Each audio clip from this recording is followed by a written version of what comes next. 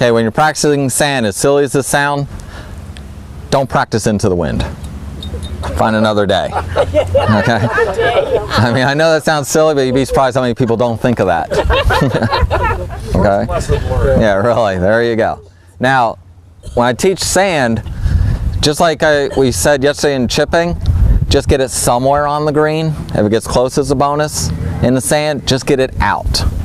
Okay? Because if you hit a shot and it only goes there and stops or maybe even rolls back down, you're going to walk up here mumbling under your breath, oh, I'm not very good at this, blah, blah, blah. Staring at the same club you just flubbed, how much confidence do you have?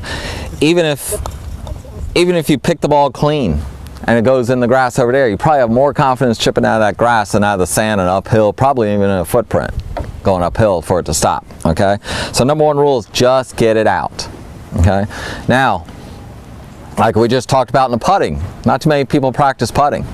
Okay? How many people at your club do you see go into a sand trap before they tee off? Like none? Okay?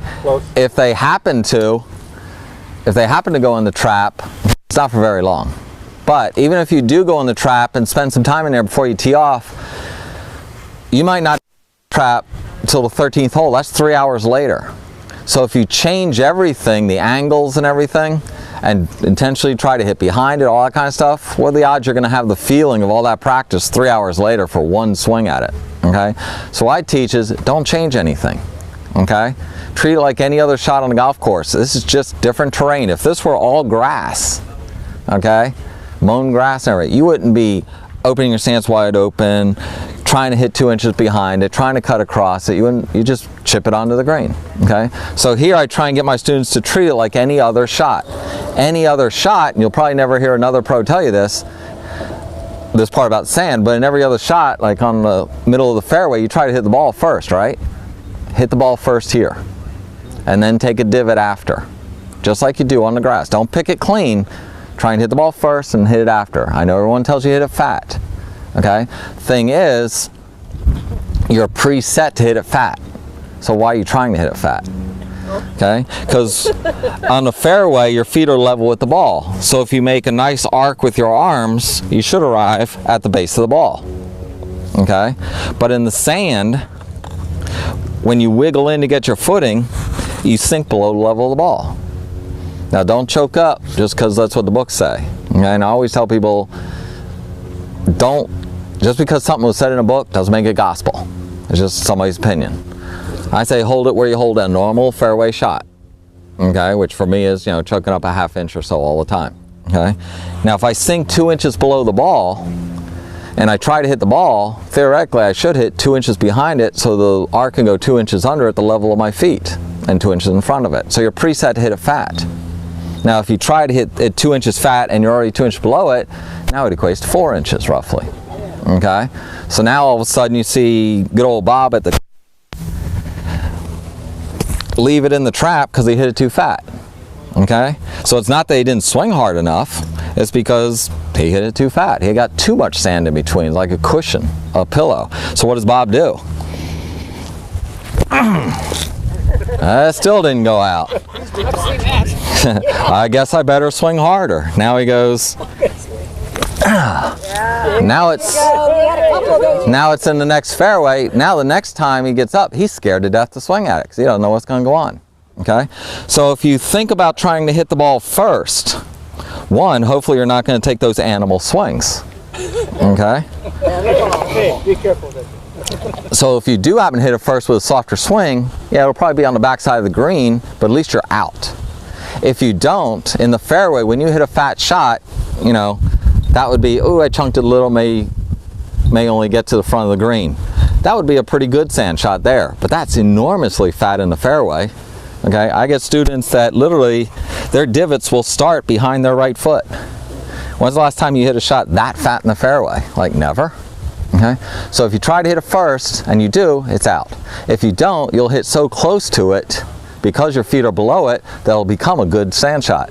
And it's eerie how hard it is to hit the ball first when you're trying to. Again, not pick it clean like I did there, but actually hit the ball first, take a divot. Okay? And I get my students, because I usually teach sand towards the end of the morning, and I'll go, smell those burgers? Yeah.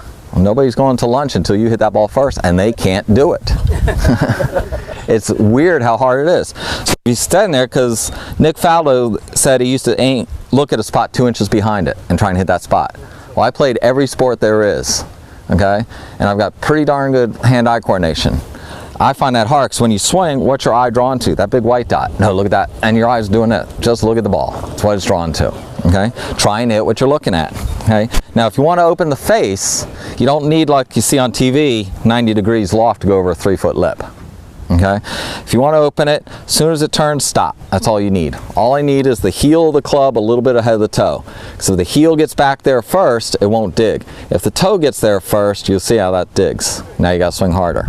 Okay? So all you need is a hair open, but don't let your hands turn and re-grip it. Okay? Now from here, again, just take a normal swing, like you would. That way you're not changing your swing from all the other swings you did all day. Take your normal swing, try and hit the ball first.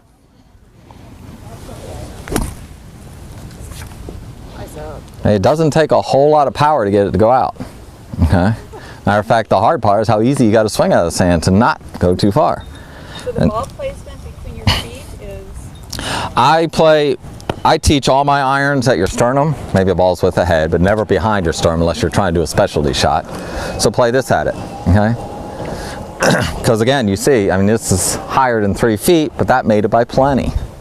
And that was a very soft swing. Okay, you don't need it up here, you don't need 90 degrees, because now here, and my hands are forward, I'm de-lofting the club a little bit, so I can't afford to swing real hard. Okay, here, like you see on TV, they got 90 degrees of loft. How hard do you have to swing to make 90 degrees to go 20 feet? So now it's fine if it works, but with that hard swing, if you miss the sand, you just went from being 20 feet from the hole to about 50 yards from the hole. Okay? So I try and teach safety in any part of the game, but especially sand, as in you're not trying to prevent a bad shot like leaving it 10, 12 feet from the hole. You're trying to prevent disastrous shots where you're on the next fairway. That's all. Okay? So just stare at the ball, dig in a little bit, butt end points towards your left shoulder. Now just take a normal swing and try and hit that golf ball. It's actually quite hard. Shoulder? What's that? What did you say about your left shoulder? The butt points at your left. Oh yeah. Well, I teach. You know, you see some guys nowadays, they're like this at a dress for. Yeah. But if you watch them at 8 o'clock, they're in one straight line. So if you drink too much coffee that morning, you might do that. Go out dancing all night with the wife, you might do that. Since it's going to be in a straight line, start in a straight line. Okay. Then you can just take it back. That's just what I teach. Okay, I try and eliminate in any swing as many things that possibly go wrong by eliminating them right away. Okay, now some specialty ones. Okay, there's really only 3 bad lies you can get in the sand. Okay, because there's a course up north, real good course, #1 in the world. I grew up around it. Super exclusive. Unless they've changed, they used to only rake their traps once a week, so they told me. Because a trap's a trap. It's Pine Valley. Okay? Because you see the pros aiming for traps sometimes when it's too hard to get on the green, especially US Open. Easier to hit out of this that's perfectly manicured than grass this high. Okay? You shouldn't be aiming at something that's called a trap. Okay? So my theory is don't rake traps anymore. You know, if I do that, I can do that for courtesy, but if Tiger or anybody gets in that little hole there, they can get out. No problem. Odds of getting it close are diminished. Okay? You see their caddies rake trap and then do this to finish it off. It's like, wow, why don't you just throw it out? Okay? So if you have this and nobody rakes it, well, yeah, you go looking for Bob in the clubhouse and string them up. Okay? But realistically, the 3 bad lies you can get are so you didn't rake it. Let's get a little deeper than that. And you're in the front footprint. You're in the back of the footprint. And I'll do it back here. The dreaded, oh darn, it just plugs down. Okay? Now with this, you don't have to change anything in your swing. Okay? Because odds of getting these closed are diminished. You're just trying to get them out. okay? And you don't have to kill it. Only thing I want you to change in these is swinging your arms back 1 more hour. So if you normally go to 10 o'clock, go to 11, 9 or 10, you know, 1 more hour with your hands. Not so you can rip at it, just so that nice smooth swing has 1 more hour to pick up a little speed. That's all you need. Because the reason you need an hour here is this is going to hit this front wall and pop it up a little. So it needs 1 more hour to fly it further.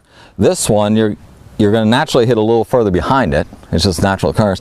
But this sand's going to cover the ball, so it's going to come out a little lower and run. So you don't want to rip it all the way to the pin and have it run by. Okay? This one, it's not this sand you have to worry about, because you always hit it fat, but it has to bore through this sand. So it's going to come out with like no spin, sometimes even a hair of overspin. And it's just going to run. So all you do is add an hour.